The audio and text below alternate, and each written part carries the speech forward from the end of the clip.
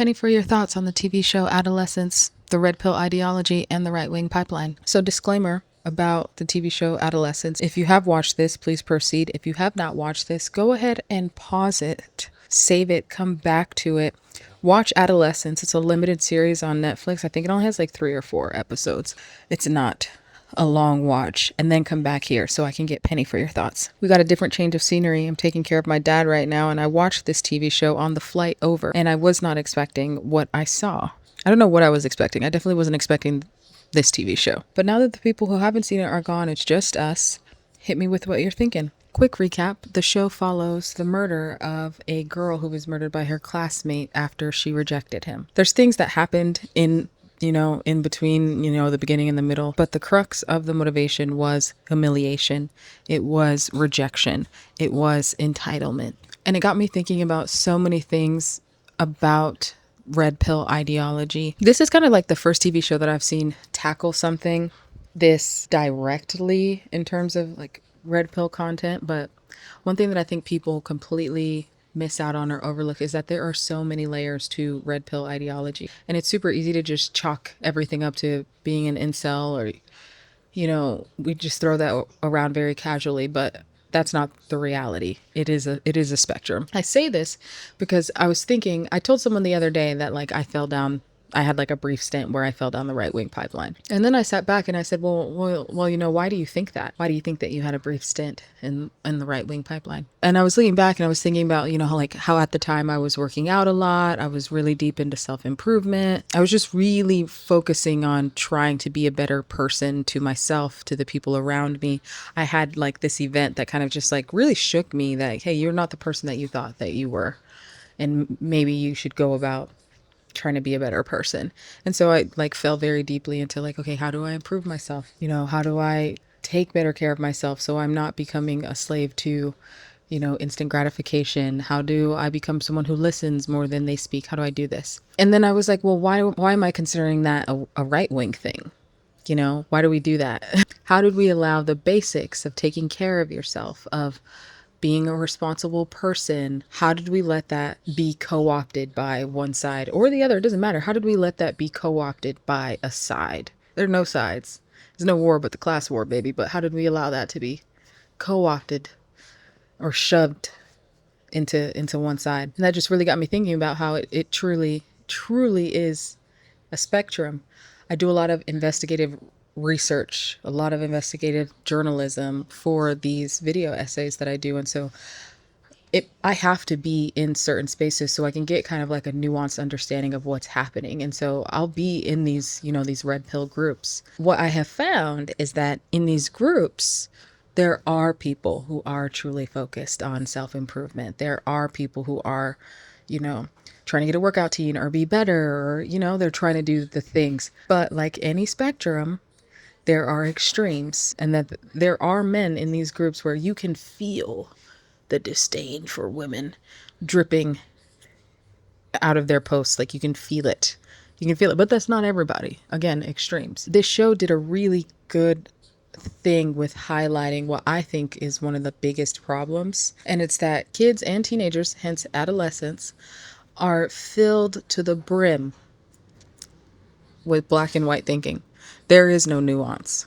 There is no in between spaces. It's either you're this or you're that. And, why do we think that?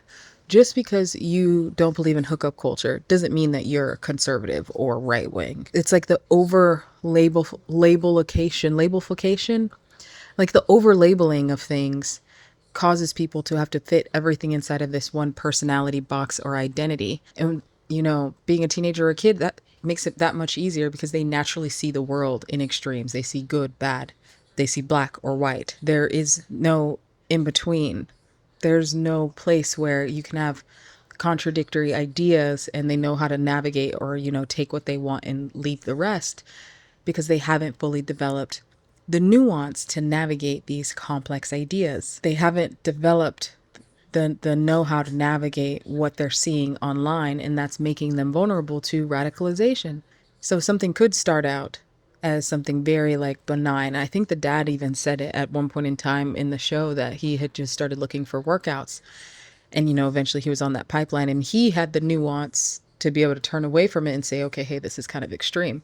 But something that really like stood out to me in these groups is that, even without interacting with women, because there's no women in there traditionally, these young men are setting impossible standards for themselves. They're oppressing their own identity with these unrealistic expectations of masculinity, even in the absence of women. So no women are around, and they're doing this to each other, and while doing research, spending a lot of time in these communities, it's really fascinating and frightening. It's probably more so, I'd say evenly, it's more frightening than fascinating to really see how these young men are setting these impossible standards for themselves. They're shoving their own identity into this small box of like, this is who you have to be, or these expectations of quote unquote masculinity. What we're seeing right now, it wasn't created in a vacuum. And I kind of hate that phrase, because it's like, what does that even mean?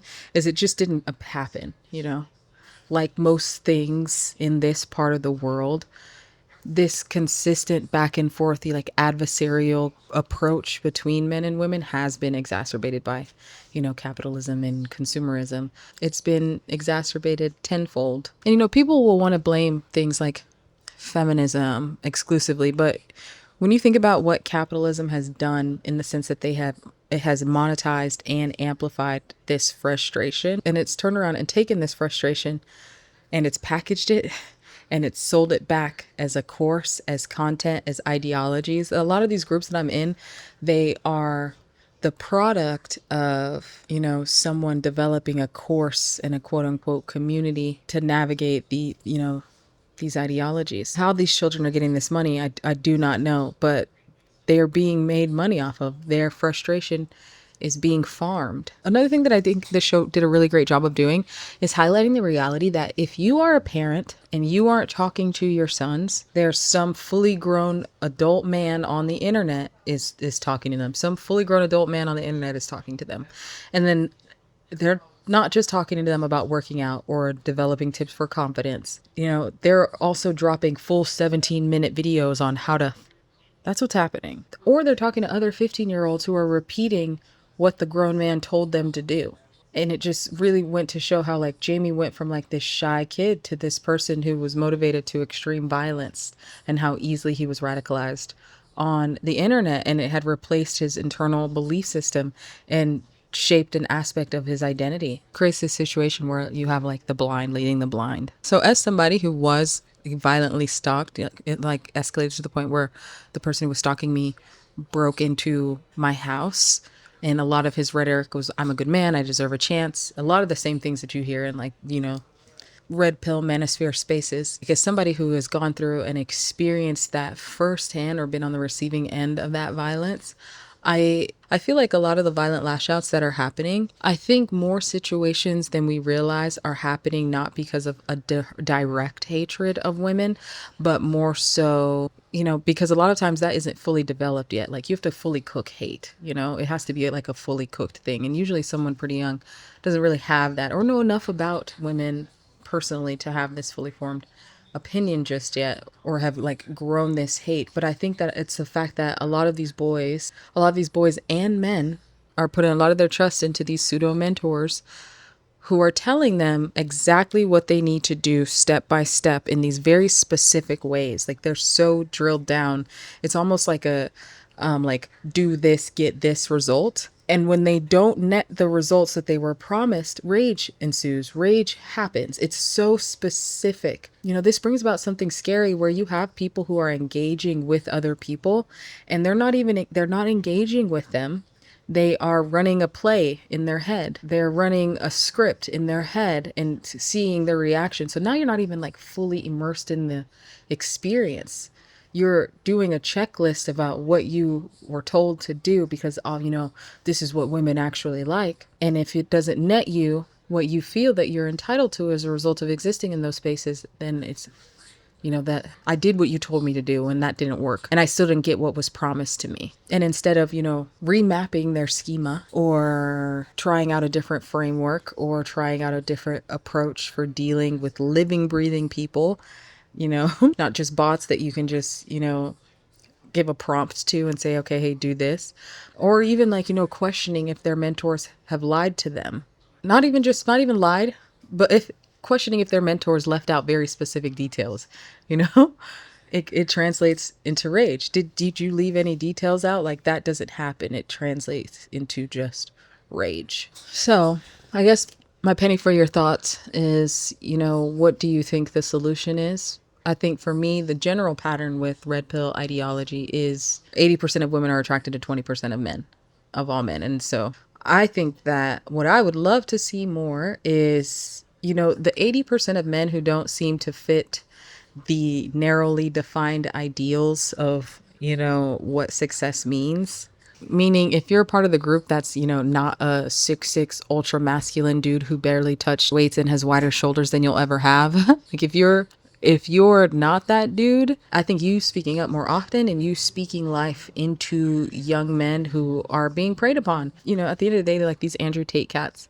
The problem that a lot of people run into is because you can't throw out universally all of the things that they say, because sometimes they're right. And when I say sometimes they're right, it's usually sometimes the things that are like directly aligned or should be aligned with being a human. Like you should work out and take care of yourself. Like that's something that humans should do. And that's what makes people go into defense mode of like, oh, he's not that bad, or the media says this, because sometimes they say things that are applicable to all human beings. But I think the problem is it's happening to people who can't differentiate or sift through. So they're taking on this entire identity that they really don't have to. So I think maybe, shining light on the members of the 80%, who are in meaningful relationships and, with women that they love. And dare I say it, women that they like, women that they actually like. And, how do we find those guys? And then how do we amplify them? How do we amplify them to speak up and offer authentic, relatable mentorship?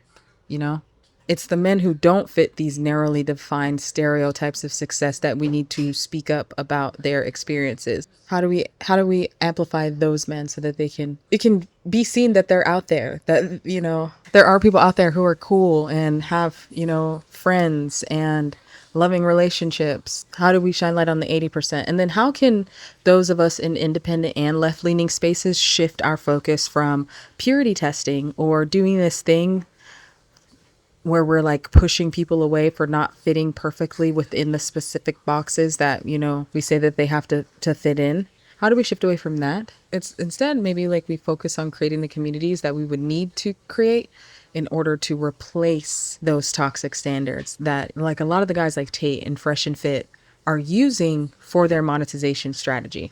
If all of those guys were to disappear tomorrow, something would have to fill the space. So like, what if we focused on creating communities that fill that space so that people don't feel like, well, because I don't believe in hookup culture, I must be a conservative and I need to be over here. And it's like, no, you can like totally be a person who believes in traditional elements while simultaneously having left-leaning views, or while simultaneously having independent views, and not having to go fully down a pipeline and say, hey, this is who I have to be and this is all encompassing, because it's not. What if we spent time creating a space that aimed towards pulling those elements like fitness, like stoicism, like self-improvement, to a place of neutrality? Being a good person, being a responsible person with critical thinking skills, who has empathy, who understands duality, who strives for understanding the beauty in the nuance, is not and should not be a left or a right thing. Okay, that is very much a human thing. Oh, and I thought the single shots throughout the entire episode were pretty cool too. That show got me thinking a lot. That's all I got. Give me, penny for your thoughts on us trying to identify the causes, or like the lore, the siren song of the red pill pipeline, and replacing it with something that's, good. Because it scares me for boys, but because it scares me for boys, it frightens me for women. So penny for y'all's thoughts on adolescence and the right-wing red pill ideology pipeline.